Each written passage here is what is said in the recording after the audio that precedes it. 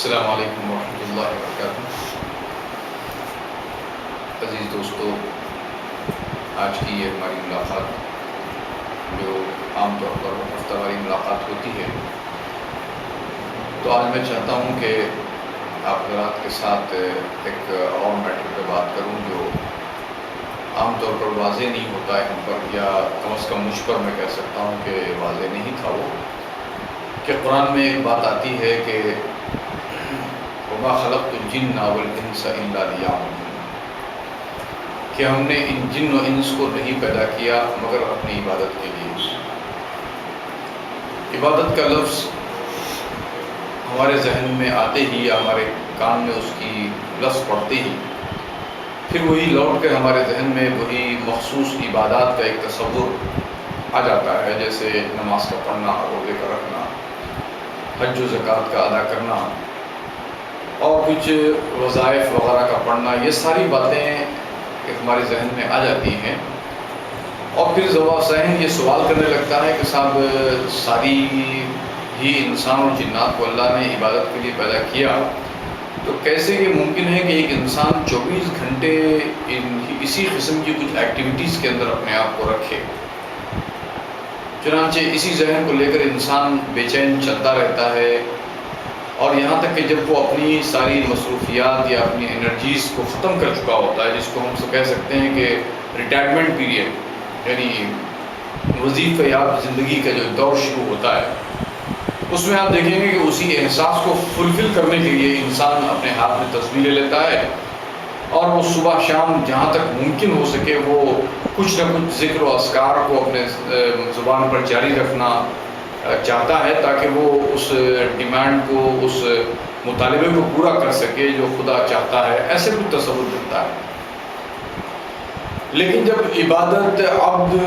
معبود، یہ سارے الفاظ کو جب آپ دیکھتے ہیں اور پھر ان الفاظ کی کڑی کو جوڑتے ہیں قرآن کی مختلف آیات سے، تب آپ کو پتہ لگتا ہے کہ صاحب عبادت اللہ نے اصل میں بتایا کس کو ہے۔ چنانچہ قرآن کی وہ آیت بہت اچھی سپورٹ کرے گی ہم کو اس خیال کے سمجھنے میں کہ اللہ نے کہا وَعِبَادُ الرحمن، رحمان کے بندے وہ ہیں۔ اب بندے، بندگی،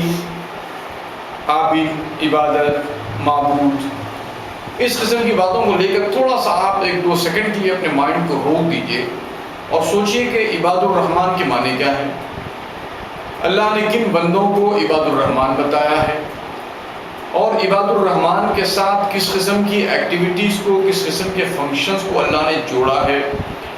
ان چیزوں کو جب ہم دیکھتے ہیں تو لگتا ہے کہ صاحب روزمرہ کی جو ہماری زندگی کے معاملات ہیں، انہی معاملات کو لے کر اللہ اپنی باتیں کرتے ہیں۔ جیسے اس آیت کے اندر اللہ کہیں گے کہ وَعِبَادُ الرحمن، رحمان کے وہ بندے، یا وہ بندے جو عبادت کرتے ہوں رحمان کی، وہ بندے جو فالو کرتے ہیں رحمان کی باتوں کو۔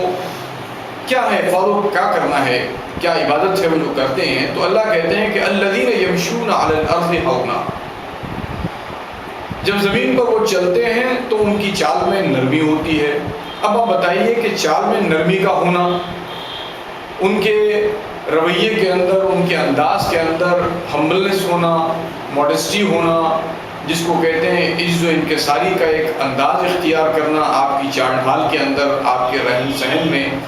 آپ کے لوگوں سے معاملت کے کرنے میں، ان کے ساتھ پیش آنے میں، یہ ساری باتیں اللہ اس میں کہہ دی ہیں کہ وَعِبَادُ الرَّحْمَٰنِ الَّذِينَ يَمْشُونَ عَلَى الْأَرْضِ هَوْنًا،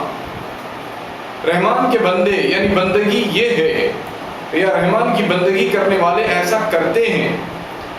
کہ وہ اپنی چال ڈھال کو عبادت بنا لیتے ہیں۔ وہ کیسے بنتی ہے؟ تو فرماتے ہیں کہ یمشون علی الارض ہونا، زمین پر ان کی چال نرم ہوتی ہے، تو کسی پیر کے قدم رکھنے کا معاملہ نہیں ہوگا یہ، بلکہ چال چلن کا لفظ ہمارے اردو زبان کے اندر بھی معروف ہے، جس لفظ کو ہم استعمال کرتے ہیں صاحب بہت اچھی چال چلن کا آدمی ہے، بہت اچھی چال چلن کی لڑکی ہے، اس لڑکے کی چال چلن میں کوئی عیب نہیں ہے، کسی قسم کی کوئی برائی نہیں ہے، بہت اچھی چال چلن کا لڑکا ہے یا لڑکی ہے یا خاتون ہے، کچھ بھی کہتے ہیں ہم لوگ۔ تو اللہ اسی کریکٹر کو قرآن میں بیان کر کے کہتے ہیں یہ ہے اللہ کے خاطر اپنے چال چلن کو، اپنے رویے کو، اپنی چال کو رائٹ کر لینا، اور رائٹنس کیسے آئے گا اس کے اندر؟ تو اللہ بولتے ہیں کہ اس کے اندر ہمبلنس آئے، اس میں ماڈسٹی آئے، تو آٹومیٹکلی وہ عبادت بن جائے گا، وہ عبادت ہو جائے گا۔ اور پھر آگے بڑھ کر اللہ نے جو گزشتہ ہماری میٹنگس میں ملاقاتوں میں باتیں ہوئی تھی اس کو پھر دوبارہ اللہ جوڑ دے رہے ہیں، کہتے ہیں کہ وَإِذَا خَاطَبَهُمُ الْجَاهِلُونَ قَالُوا سَلَامًا۔ عبادت کا ایک فیز ان کا یہ ہوتا ہے کہ جب وہ ایسے آدمی سے ان کا فیس ہوتا ہے، ایسے آدمی سے ان کی ملاقات ہوتی ہے، ایسے آدمی سے ان کا سامنا ہوتا ہے کہ جو جہالت کی باتیں کریں، جو آپ کے ساتھ جہالت سے پیش آئیں۔ اب ایک کیریکٹر جس کو آپ نے کہا ہمبلنس، جس کو آپ نے کہا موڈسٹی، جس کو آپ نے کہا کہ صاحب زمین پر نرمی کی چال چلنا، اب یہاں پر ایک کیریکٹر نکل کر باہر آتا ہے۔ تو اللہ بولتے ہیں کہ جب یہ زمین پہ چلتے ہیں اور ان کا سامنا کسی ایسے آدمی سے ہوتا ہے یا کسی ایسے شخص سے ان کی ملاقات یا بات چیت ہوتی ہے یا ان کے اس کے درمیان ڈائلاگ ہوتے ہیں جہاں پر وہ اپنی طرف سے جہالت کا پرفارمنس دیتا ہے یا وہ جہالت سے پیش آتا ہے، تو اللہ کہتے ہیں کہ وہ کیا کرتے ہیں، وَإِذَا خَاطَبَهُمُ الْجَاهِلُونَ قَالُوا سَلَامًا، تو وہ سلامتی کا پرفارمنس دیتے ہیں۔ اب جنرلی جیسا خود میں بھی سمجھا کرتا تھا کہ قالوا سلامہ کے معنی ہیں کہ وہ سلام کر دیتے ہیں اس کو، یا بعض مترجمین نے ایسے بھی ترجمے کیے ہیں جس میں لکھا ہے کہ وہ سلام کر کے آگے بڑھ جاتے ہیں، لیکن قرآن کی دوسری آیتیں اس کو کلیئر کرنے کے لیے بہت اچھا سپورٹ کرتی ہیں۔ جیسے قرآن کی سورہ اعراف کے اندر آپ پڑھیں گے تو آپ کو بہت اچھی طرح سے وہ واضح طور پہ بتایا جائے گا، اللہ اپنے ان بندوں کا جس کو اللہ نے عباد الرحمن کی کیٹیگری کے اندر ڈالا ہے، شمار کیا ہے، اور ان کے کریکٹرز کو اللہ نے قرآن نے نوٹ کیا ہے، بتایا ہے اس کو، اس میں اللہ کہتے ہیں کہ قال الملأ الذین کفروا من قومہ، جب قوم کے سرداروں نے کہا ہمارے اس عباد الرحمن سے یا اس بندے سے جس کی چال میں نرمی ہے، جو جہالت کا جواب سلامتی کے ساتھ دیتا ہے، اس سے جب قوم کے لوگوں نے کہا کہ اِنَّا لَنَرَاكَ فِي صَفَاحَةٍ وَإِنَّا لَنَظُنُّكَ مِنَ الْكَاذِبِينَ، کہ بے شک ہم تو تمہاری باتوں کو بیوقوفی کی باتیں سمجھتے ہیں یا تم کو بیوقوف جانتے ہیں، اور ہم سمجھتے ہیں کہ تم تو کھلی ہوئی گمراہی کے اندر ہو۔ اب آپ دیکھیں گے تو یہاں ایک ماڈسٹ انسان، یہاں ایک ہمبل انسان، یہاں پر ایک عباد الرحمن کا ایک کریکٹر اللہ بتاتے ہیں جو قرآن میں کہا گیا تھا اور بتایا تھا اللہ نے کہ وہ جب زمین پر چلتے ہیں تو ان کی چال میں نرمی ہوتی ہے اور ان کا جواب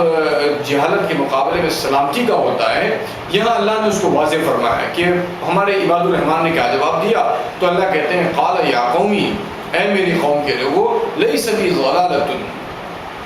میرے اندر کسی قسم کی کوئی گمراہی نہیں، میرے اندر کسی قسم کی کوئی بیوقوفی نہیں ہے، میں کسی قسم کی بیوقوفی یا کسی قسم کی گمراہی کی باتیں نہیں کرتا۔ اتنا سافٹلی جواب دینا، اتنا نرمی کے ساتھ جواب دینا، اسی کو کہتے ہیں قالوا السلام۔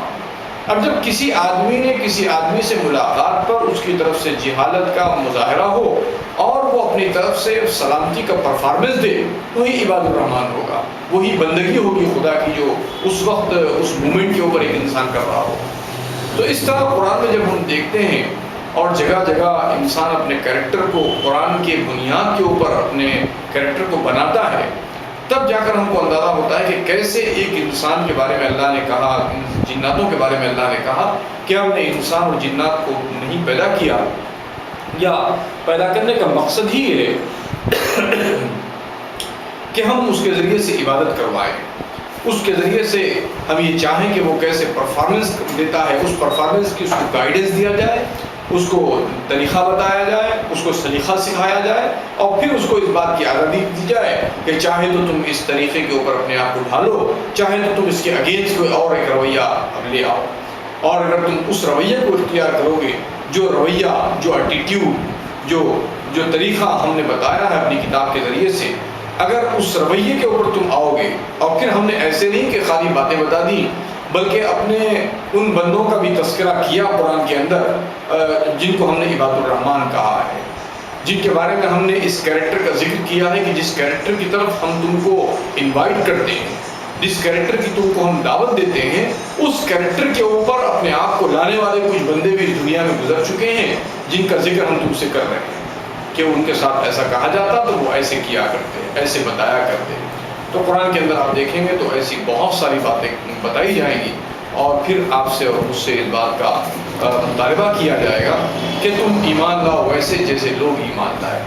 وَإِذَا قِيلَ لَهُمْ آمِنُوا كَمَا آمَنَ النَّاسُ، اور جب ان سے کہا جاتا ہے کہ تم ایمان لاؤ ویسا جیسا کہ لوگ ایمان لائے، تو کون ہیں وہ لوگ؟ تو ان تمام لوگوں کا ذکر قرآن نے بڑی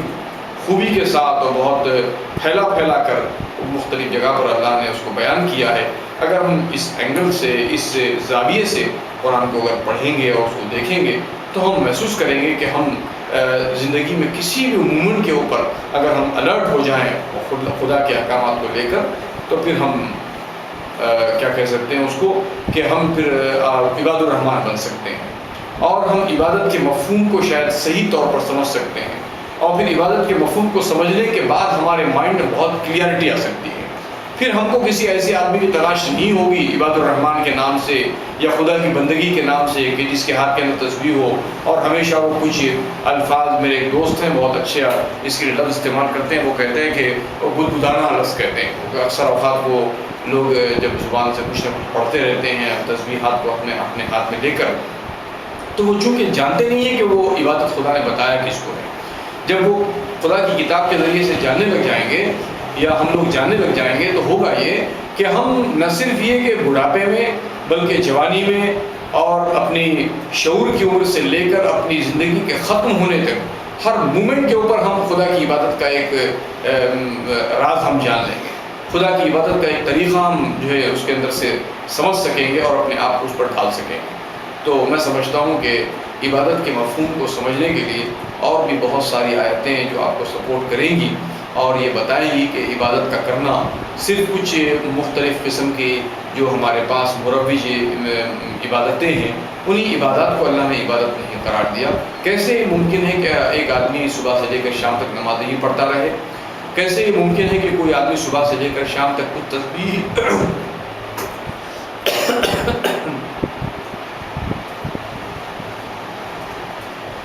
کوئی تسبیحی وہ جو ہے پڑھتا رہے؟ ایک آدمی کے لیے ممکن نہیں ہے۔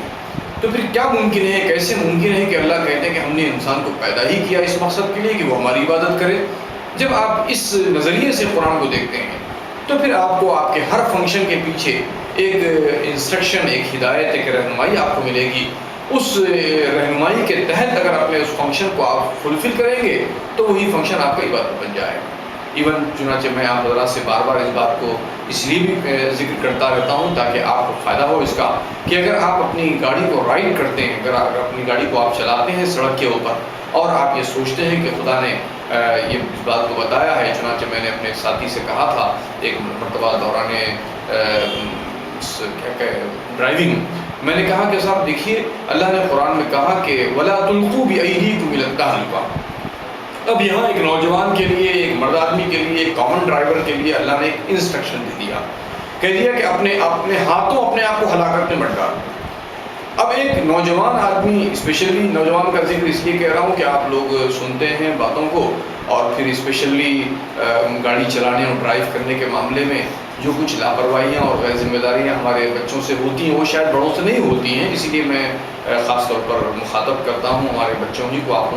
لوگوں کو ہی، تاکہ یہ بات آپ کے ذہن نشین ہو جائے۔ اور اگر آپ اپنی گاڑی کو اپنے سڑک پر چلاتے ہوئے قرآن کی اس آیت کو یا خدا کی اس ہدایت اور انسٹرکشن کو نظر میں رکھیں کہ اللہ نے کہا کہ تم کو ہر دن اس بات کا یہ اتھارٹی نہیں ملتی ہے کہ تم اپنے ہاتھوں اپنے آپ کو ہلاکت میں ڈالو، تو آپ سوچ سکتے ہیں کہ اس سوچ کے تحت اگر آپ اپنی گاڑی کو چلانے لگ جائیں گے، ڈرائیو کرنے لگ جائیں گے تو خود اپنے آپ کو بہت ساری چیزوں سے، بہت سارے نقصانات سے بچا لیں گے اور سڑک پر چلنے والے بہت سارے لوگوں کو بھی اپنے ہاتھ سے ہونے والے نقصان سے بچا دیں گے۔ تو میں سمجھتا ہوں کہ